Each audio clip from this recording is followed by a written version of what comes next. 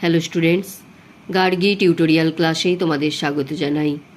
আজকে আমার আলোচ্য বিষয় হলো বর্ধমান ইউনিভার্সিটি 4th সেমিস্টার স্টুডেন্টসদের জন্য যাদের মাইনরে পলিটিক্যাল সায়েন্স রয়েছে। এর আগের একটি ভিডিওতে শর্ট ভিডিওর মাধ্যমে একটি গুরুত্বপূর্ণ প্রশ্নের উত্তর আমি দিয়েছি। আজকে আরও একটি গুরুত্বপূর্ণ প্রশ্নের উত্তর দিয়ে দিচ্ছি। সেটা হচ্ছে সংবিধান অনুযায়ী কেন্দ্র ও রাজ্যগুলির মধ্যে পারস্পরিক সম্পর্ক আলোচনা করো। এটা খুবই গুরুত্বপূর্ণ প্রশ্ন। এই প্রশ্নটা তোমাদের বিভিন্নভাবে আসতে পারে, অর্থাৎ এটাকে ভাগ করে দিতে পারে বা এই প্রশ্নটাই দিয়ে দিতে পারে। যদি এই প্রশ্নটা তোমাদের দিয়ে দেয়, যেমন কেন্দ্র ও রাজ্যের মধ্যে পারস্পরিক সম্পর্ক আলোচনা করো, যদি এইভাবে দিয়ে দেয়, তাহলে তোমাদের জানতে হবে যে এর তিনটে সম্পর্ক আছে কেন্দ্র রাজ্যের মধ্যে। আইন বিষয়ক সম্পর্ক আছে, প্রশাসনিক সম্পর্ক আছে বা আর্থিক সম্পর্ক আছে। এই তিনটে ভাগকেই তোমাদের আলাদা আলাদা করে দেখাতে হবে পয়েন্টের আকারে।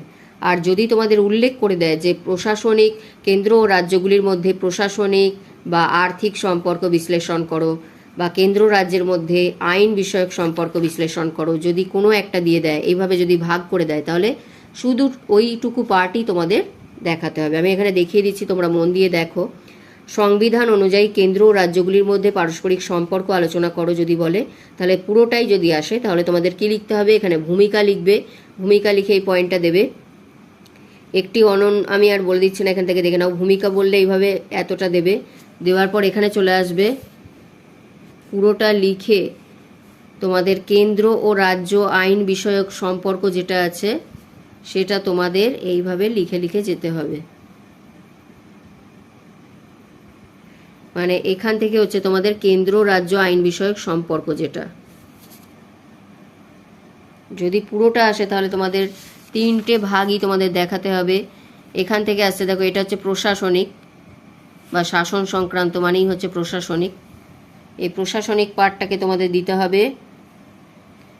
এরপর তোমাদের দিতে হবে আর্থিক সম্পর্ক, অর্থাৎ এই ভাগটা তোমাদের লিখতে হবে। এছাড়াও আরও একটা আছে, দেখো, অনুদান বিষয়ক সম্পর্ক।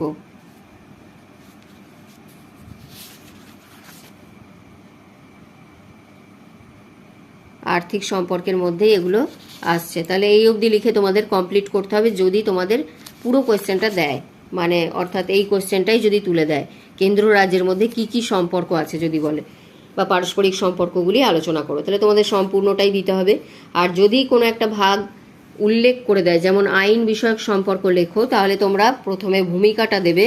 এখান থেকে দিয়ে যেরকম আছে পরপর লিখে তোমাদের আইন বিষয়ক সম্পর্কটা দিতে হবে। আবার যদি বলে যে তোমাদের প্রশাসনিক সম্পর্ক উল্লেখ করো, তাহলে ভূমিকাটা লিখে তারপর তোমরা এখানে প্রশাসনিকের জায়গায় চলে আসবে।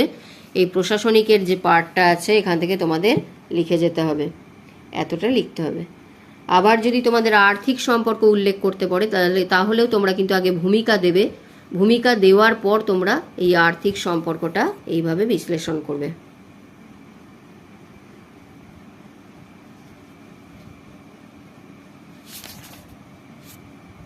এইভাবে পুরোটা তোমরা এতটা ক্লিয়ার করবে। তাহলে আশা করছি বোঝা গেছে যে যে কোনো দুটোও দিতে পারে তোমাদের, প্রশাসনিক বা আর্থিক যে কোনো দুটো দিতে পারে, বা তোমাদের তিনটেই লিখতে হতে পারে, বা যে কোনো একটা উল্লেখ করতে পারে। তাহলে তোমরা পুরো কোয়েশ্চেনটাই ভালো করে এখান থেকে মুখস্থ করে নেবে, তাহলে এখান থেকে যাই আসুক তোমরা সেটা সম্পূর্ণটাই ক্লিয়ার করতে পারবে। ভিডিওটি গুরুত্বপূর্ণ মনে হলে অবশ্যই একটি লাইক করে দিও, চ্যানেলে নতুন হলে সাবস্ক্রাইব করে নিও এবং বন্ধুদের মধ্যে অনেক অনেক শেয়ার করে দিও। দেখা হচ্ছে পরবর্তী ভিডিওতে।